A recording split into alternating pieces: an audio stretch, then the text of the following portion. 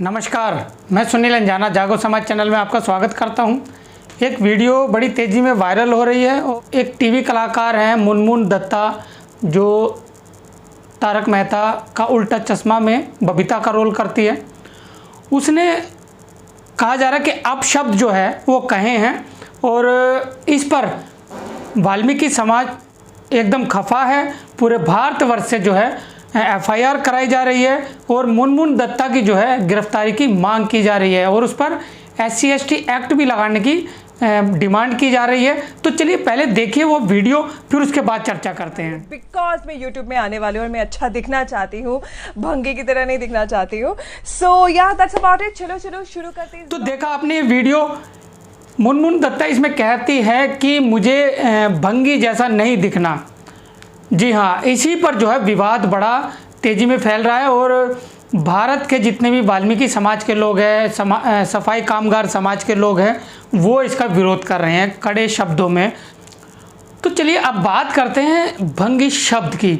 इसको दो भागों में बांटा गया है। जैसे प्राचीन काल में महात्मा बुद्ध जब ध्यान अवस्था में थे, अपने शरीर को जब देखा तो उन्होंने ध्यान लगाया कि हमारा शरीर जो है वो टुकड़ों में जो है वो बना हुआ है।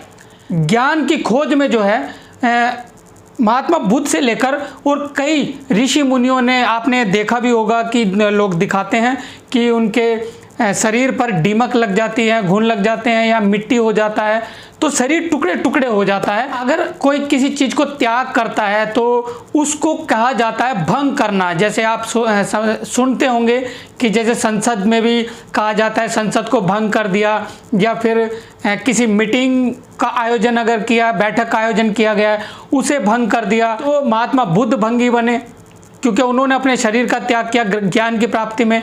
अब वहीं दूसरे भाग में अगर हम देखें तो जब आर्य लोग जब भारत में आए, वो पशुओं की और वनस्पति यानी पेड़ पौधों की जो है वो आहुति दिया करते थे, पशुओं की बलि दिया करते थे।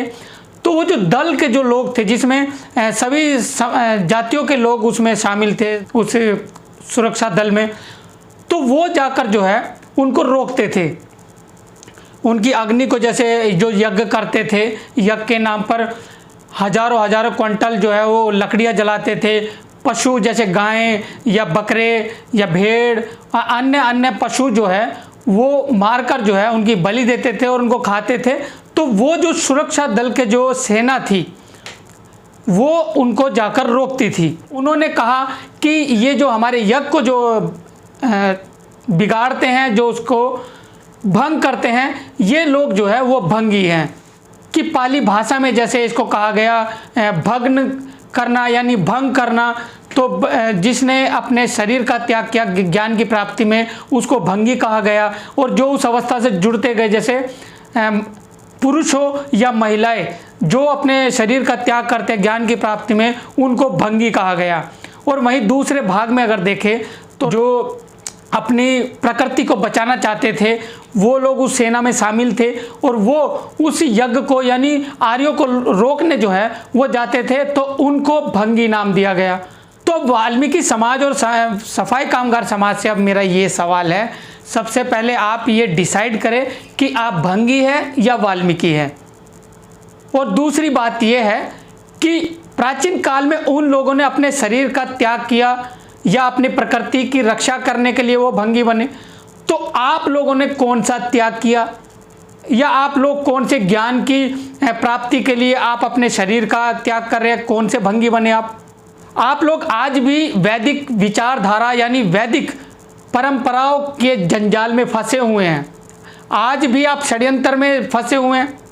आज भी आप तीर्थ स्थानों पर जाते हो, आज भी आप बलियां देते हो, जानवर की बलि देते हो, आज भी आप भूत पूजा को मानते हैं। तो आप लोगों ने कब किसी चीज़ को भंग किया? आज भी आप उसी विचारधारा को मानते हैं। तो मेरी नज़र में जो है आप लोग कतई भी भंगी नहीं हैं। वो लोग ज्ञान की प्राप्ति में यानी महाज्ञानी बने तो भंगी बने, आप लोग कहीं भी भंगी नहीं है। और सबसे एक चौंकाने वाली बात यह है कि आप लोग खुद अपने आप को गंदगी में दिखाते हैं। कैसे? अब जैसे ही कोई वीडियो वायरल होता है, जैसे सलमान खान ने किया, शिल्पा शेट्टी ने किया, युवराज ने किया, या और भी अन्य उससे पहले भी करते आए हैं, और मुनमुन दत्ता ने किया।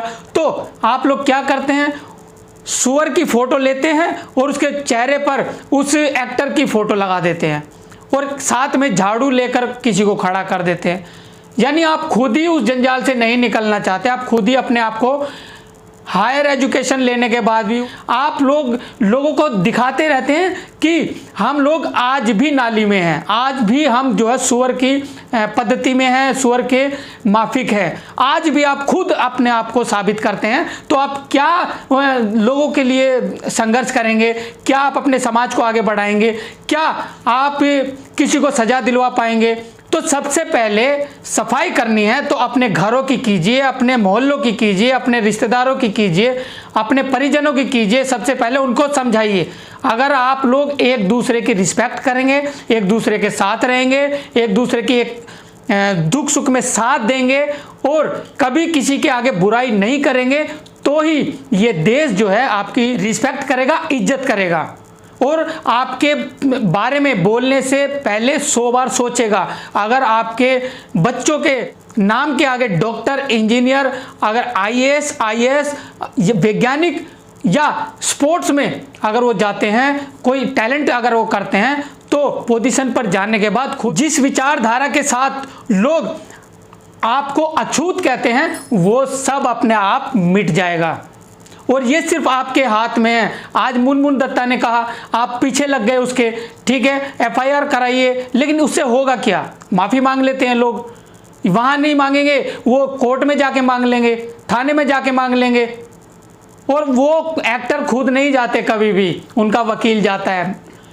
ये सच्चाई है, कड़वी सच्चाई है। मैं आपको बोलता हुआ बुरा लग रहा हूँ, मैं मानता हूँ, लेकिन जो मैं कह रहा हूँ ये कड़वी सच्चाई है।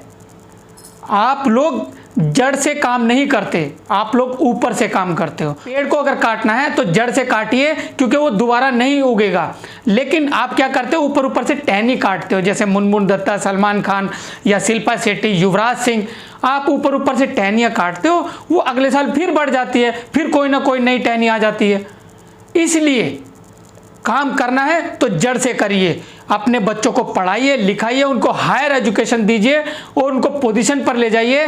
और इसी से आप ये जो सामाजिक गंदगी की प्रवृत्ति से आपको जो लोग देखते हैं, उनकी जुबान और उनकी आंखें खुद में खुद बंद हो जाएगी और आपको रिस्पेक्ट देंगे, इज्जत देंगे। और ये देनी भी पड़ेगी और ये मजबूरी भी हो जाएगी। आप राजनीतिक में जाने का प्रयास कीजिए, अपने लोगों को भेजिए, लेकिन मैं देखता हूँ कि आप लोग किसी को सपोर्ट करने की बजाय उसकी टांग खींचते हैं, चाहे वो आपका दुश्मन है या आपका दोस्त है। आप अगर वो राजनीति में अगर कोई पकड़ बना रहा है तो उसका साथ दीजिए, तभी वाल्मीकि समाज या जो पिछड़ी जाति के लोग हैं तभी अपने आप को तरक्की की तरफ ले जाएंगे। और ये जो जाति सूचक शब्द जो कहे जाते हैं, ये खुद में खुद मिट जाएंगे।